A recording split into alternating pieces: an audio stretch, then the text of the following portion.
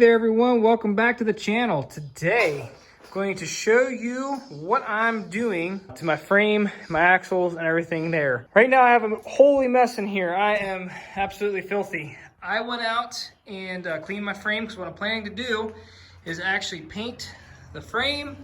I got new bump stops put in there, but I should get you better light in here, but basically, let me get you better light. There you go.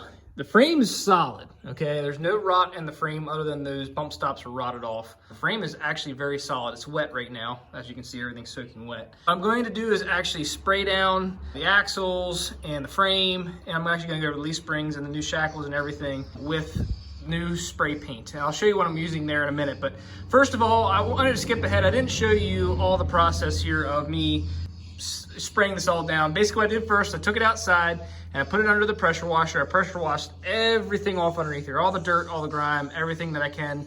Went around multiple times. I did the best I could to get it clean. And then I came in here and I jacked the Jeep up. I pulled the shocks off. As you can see, I actually have a little bit of overspray on the frame right there when I painted the Jeep. And actually the tire rubs there a little bit when I turn, but it flex out. Whatever, no big deal. So I pulled the shocks off, pulled the wheels and tires off, and they're sitting out of the way. But I went through, and this is probably the worst part. I went and used this right here, but this is very important to get all that gunk and all that junk off of there. These are the things I used to clean my frame in here. I took some brake clean and I got the worst I could with a steel brush here. And I also used this big one here for bigger things. And did as much as I could with the brake clean. And then I sprayed the degreaser on there. Actually, this is the gel. I like this stuff. It sticks really well. Put that on there, let that sit for about 15 minutes. And then I actually sprayed it all off. And then I went through with the Dawn, which is gonna get all the wax, all the grease, within reason, off the frame.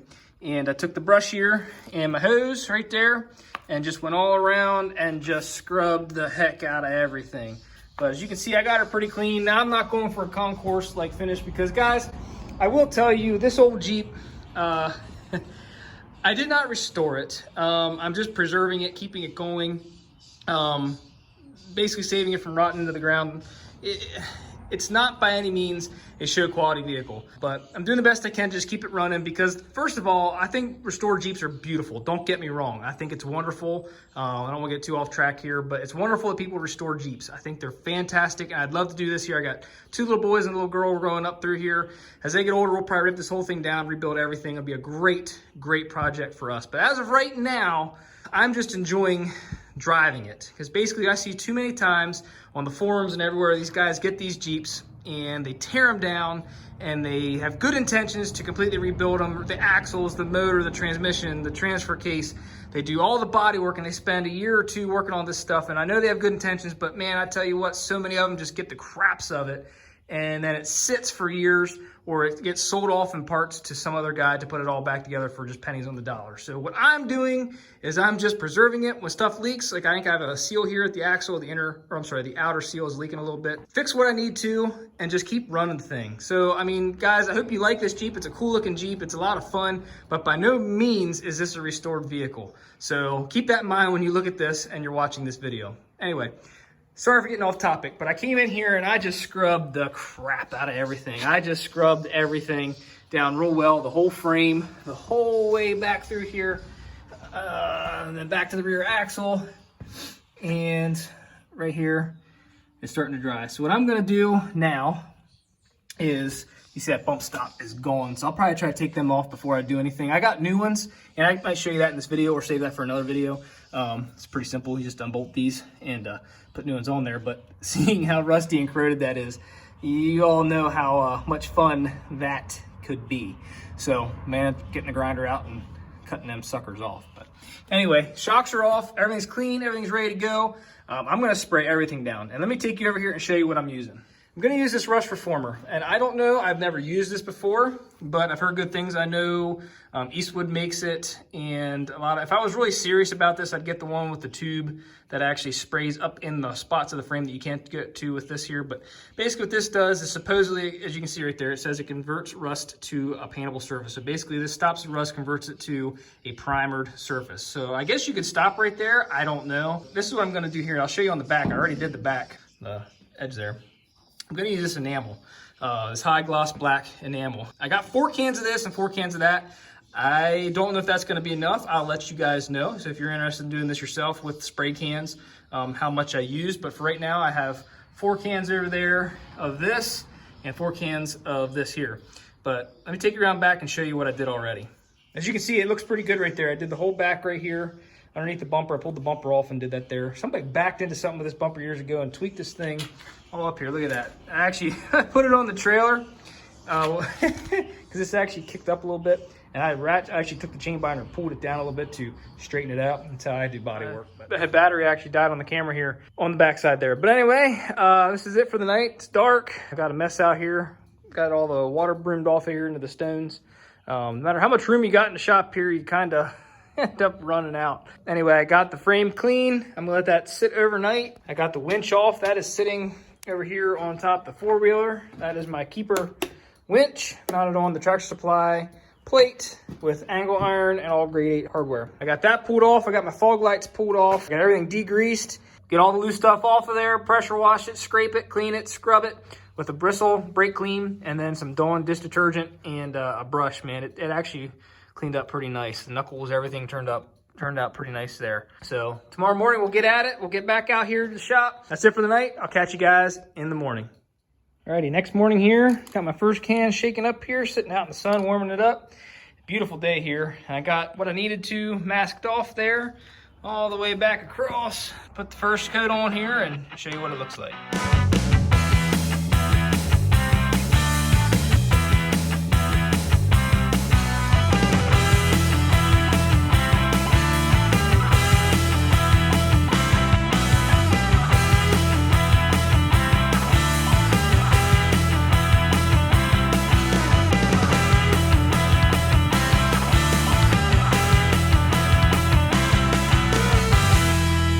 So it should go without saying that as you're painting your vehicle, whether it be spray paint or regular automotive paint, which this is actually automotive enamel, wear a respirator. Don't be stupid, protect your lungs, wear a respirator. Because as you can see in here, I don't know if you can tell, just a couple coats, it's already like hazy in here, and I got doors and everything open here. So don't be stupid, wear a respirator and get good ventilation, because a person on Instagram that I know of that was actually spray painting their Jeep had it actually catch on fire. Here's a little personal protective equipment, some PPE stuff here. Wear your respirator. Let's get back to it. Getting ready to start the second coat. I know I didn't pull the bumper off.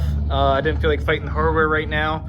Again, this is not PR15 or any type of that quality paint job, but as you can see here, got the first coat. I didn't do the leaf springs. That'll just be the enamel, but I got everything in here with the rust inhibitor all the way back across over to here. Got the rear axle. I'm getting ready to do the, like I said, ignore the stupid bump stops. I'm getting ready to do the second coat to get all the other areas I didn't get with the first one, and then move on to the other side, tape that off, go from there. And then basically we'll tape the other side off while this is drying, so that way we can actually spray the enamel on this side. But let me get to the light here. You can see, maybe you can kind of see that before and after with just the rust inhibitor. So there you go. Let me bring the light over here. There you can see the difference. This is just the first coat before and after with the first coat of the rust inhibitor. So second coat's gonna go on. One can got me that far. Got me all across the back frame, the back axle, front tie rods, and most of the front axle. You see I missed a spot there. It's kind of hard to get every single spot. I didn't get to do this side yet. I did basically one side. One can did one side for me of a first coat. So there's just a hair left. So get on to the second coat. If you all haven't got one of these yet, it makes your life a whole lot easier.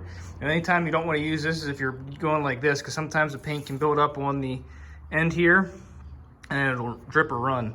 But for doing this, man, it saves your little trigger finger mightily. Here we have it. We got it all. This side's actually drying over here, and this side I just got done 2 coats, and actually went back over a couple spots and I don't know, I'm gonna give it 3 coats. You probably could. I went through, let me see, 2.5 of these cans. There's probably about a half of this in here. I'll probably take the rest of this can here and just go back over the whole entire frame and give it like a light 3rd coat. But yeah, that's all done all the way back through there. Rear drum, I hit that again. Yeah, you see my exhaust in there. Basically, I did not do my leaf springs with this stuff because they are only a year old, not even, and I'll just spray them with enamel. They're not really rusty or anything anyway, but might as well paint it all same color while we're under there. But just want to let you know, that's 3 cans basically gives you definitely 2 heavy coats and 1 light coat on the frame, depending what exactly you're doing here, depending on your preference of how perfect you want it to. But I did the axles, I did the drive shaft, I did the cross member in there, I did all that stuff. So moving on to the enamel. So we'll grab that, let this dry a little bit, and then I'll grab the enamel and we'll put that coat down. Because this dries to a, let me take you back out here, like light, see it in here? Like a matte, a flat finish right here, because you get on leaf spring right there. It dries to a matte finish. That's like a primer. So there we go. Let's go grab the enamel and get to spraying. Alrighty, here's what we're gonna use. We're gonna shake her up and get to spraying that and see how it turns out.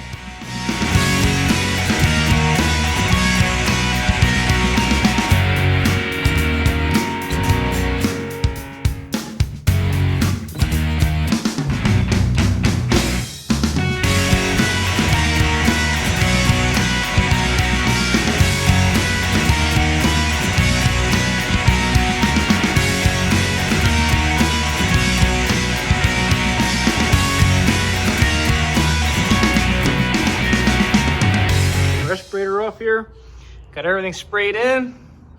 Use all 4 cans for let's see, it's probably 3 coats, and gonna let that dry for a little while. Before I let it dry too much, I'm actually gonna pull the tape off of everything. Go to the other side and show you that. There's the front end here. Got my light here kind of washing it out here, the color of it, but nice and black. Frame rails are nice and black. This side, that looks a whole heck of a lot better than what it did, guys. Wow. Yeah. I did not paint, I did the rear drums. I did paint them with the rust inhibitor, but I did not paint them with the gloss because they may not be sticking around too long, because this one has a little slice in it, a little crack in it, probably from the rust. It works, the Jeep stops, but not there. I think that bracket actually is bent down for the, that should be a 90-degree angle for the brake line. Anyway, thinking about going actually disc brakes in the front, using Geo Tracker disc brakes. Leave a comment down below if you'd like to see that video. But basically, put disc brakes in the front and leave the drums on the rear. Because these do have the 10-inch drums. The Tuxedo Parks came with 10-inch drums, which was an improvement over the 9-inch, but still when these get wet, they're kind of scary. Let's get this paint pulled off of here. I'm sorry, get this tape pulled off of here and see how it looks. Alrighty, everyone, what do you think of that? Our way up through. It's hard to see it in pictures how it actually looks, but it looks stinking good. It's actually dry.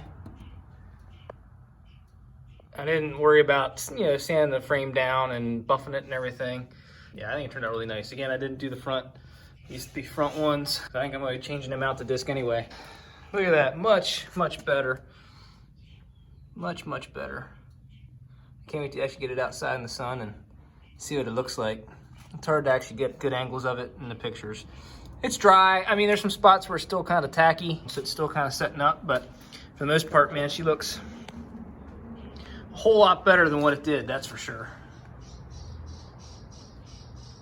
So, very happy with it. Now this will probably get all POR 15'd and redone in the future. But yeah, much better. Rear diff. See it in there, it's a lot better. I even sprayed the leaves down. There was a sticker on there I couldn't quite get off. Nah, who cares? But even sprayed them down again. So definitely looks good. So now we'll go ahead, start putting the shocks back on. Then we'll put the wheels back on and drop her back down. Frame is dry, axles are dry, shocks are on. Time for tires. So let's get her all set up and get the tires and wheels back on this thing and get her down off the jacks. I should have put the jacks underneath the frame. I didn't, whatever. So I'll have a little bit of touch up to do where the jack stands are touching the axle, but hey. Frame, axles, everything's done. I still gotta put a winch back on here. Man, oh days, look how nice that looks. Let me take you around here. Actually, I'll show you the...